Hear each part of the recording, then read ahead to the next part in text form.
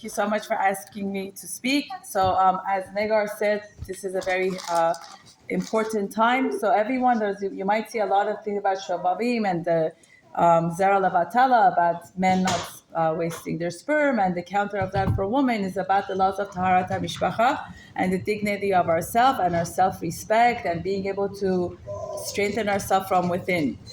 One of the things I wanted to point out is that a lot of times people think a happily ever after life is like how the Western world talks about it, but Judaism doesn't teach us life to be like that. Judaism believes that we have our ups and downs, we have our challenges.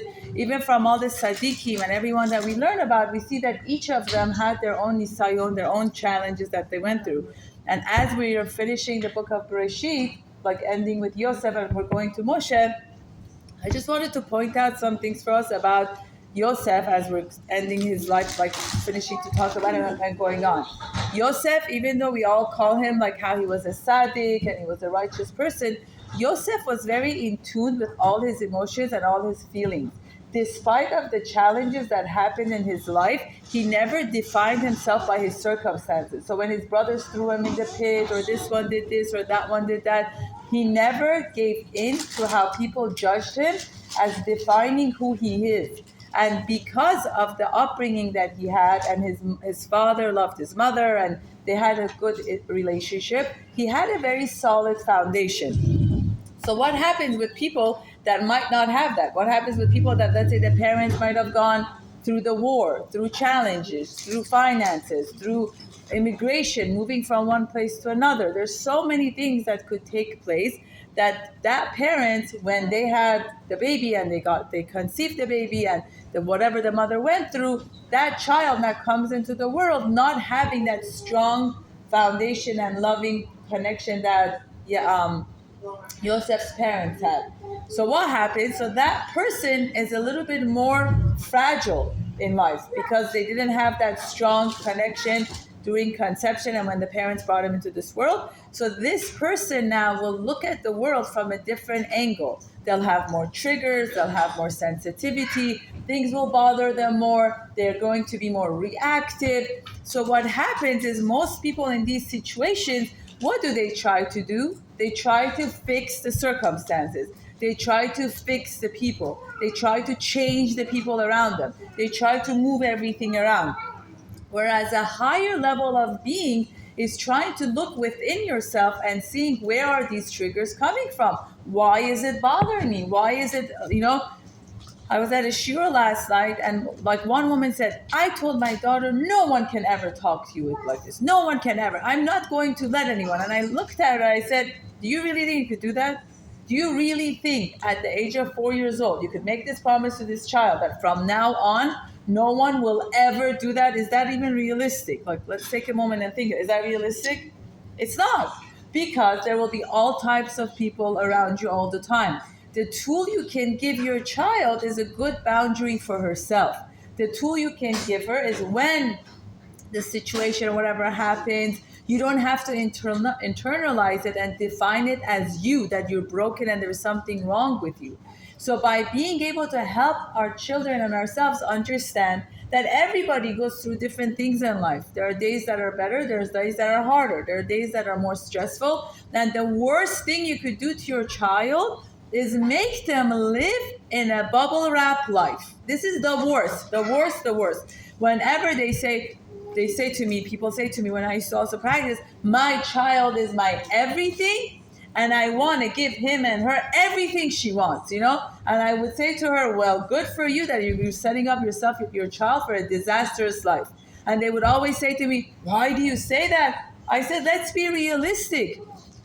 If your child never in their life gets to understand what it means to wait, what it means to want and not have, what it means for someone to have a different opinion than your child, what it means to be flexible, what it means to talk things through, you're not building their resiliency and their muscles that they're going to need for emotional and social skills that builds a relationship.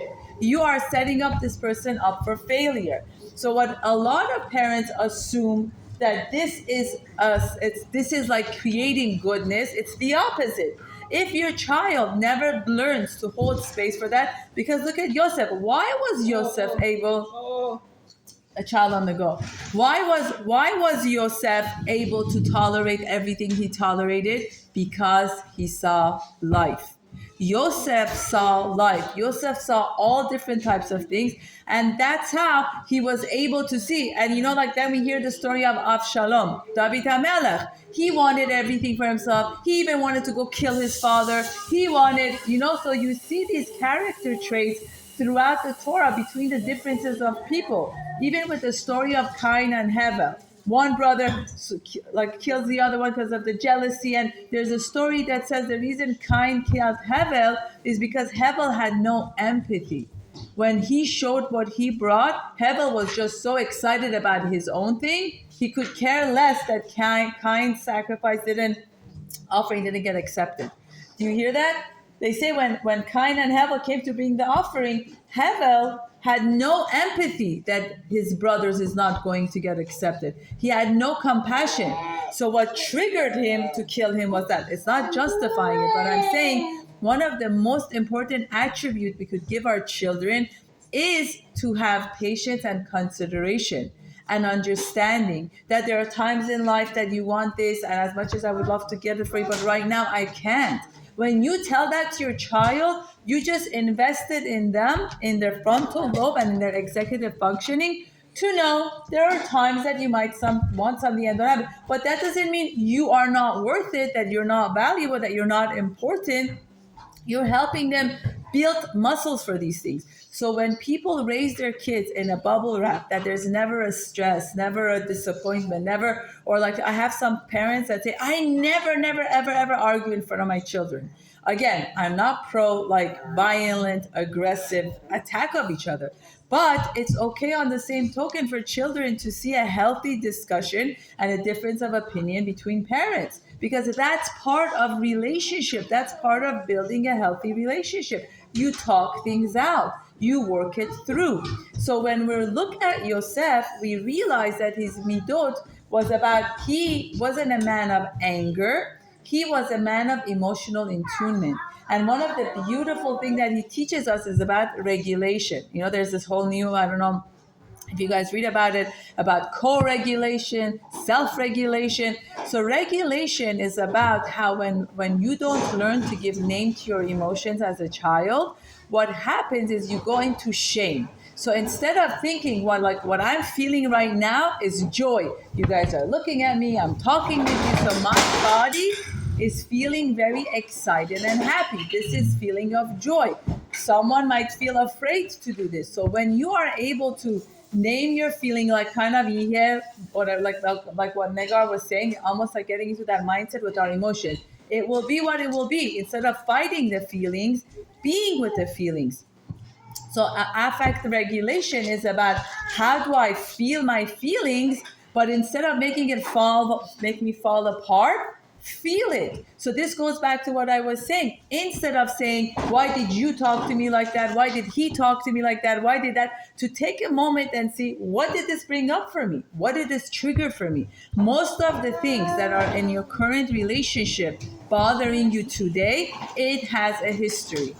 I always say, those of us that have gone through root canal of the ice cream situation on the tooth, the ice cream didn't do anything wrong. There was something with the root of my teeth. I cannot blame the ice cream for being cold. There's something in my teeth. So many people, they blame people for their behavior.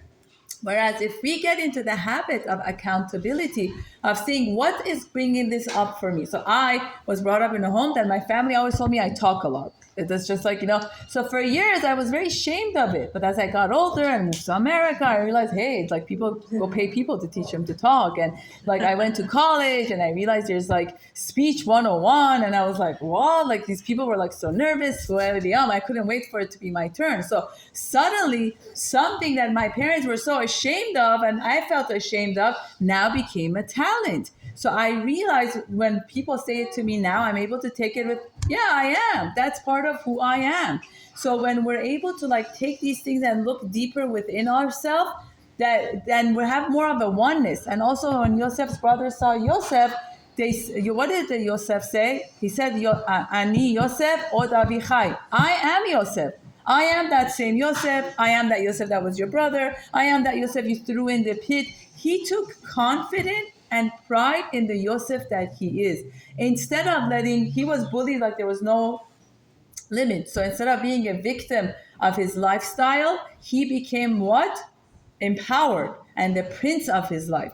So my summary of today, because it was like a very short notice, I'm just going to try my best to keep it short. The biggest lesson we learned from Yosef as we're going to the book of Shemot: do not get defined by your circumstances. When people say things or when you get triggered, instead of immediately becoming reactive in the person that's sitting in front of you, step back, take a moment, take a few minutes. Like Mara Shula always says that it's not him, it's him. Take it all in and see what it's bringing up for you. Step back and look at it wholeheartedly instead of judging it. When you get to a point of becoming that Ani Yosef within you, then the circumstances will not define you. People will not be able to shake you. Your kids, your spouse, whoever it is, will not be able to intimidate you, because you come to realize everybody has their own stuff going on. I'm not necessarily the reason. It could be that they just had a bad day on their own. It's not necessarily me. So being able to step back and say, I do not have to be defined by my circumstances, that's when, like Negar was saying, it will be what it will be, like Hashem's name. He is in everything. So the more I just run away from these things, the more it's going to follow me until I come to a point and I face it eye to eye. Parents sometimes are the best parents. They try to offer us the best of what they have. However, they try to make up whatever they didn't have. So sometimes they over bubble wrap their kids, that they don't prepare them for life, and it could be a disservice to them. Just like neglecting and abusing your children is a problem, the whole other category would be smothering. Excessive smothering and never letting your children go and build resiliency over this can really have consequences for it. So thank you so much for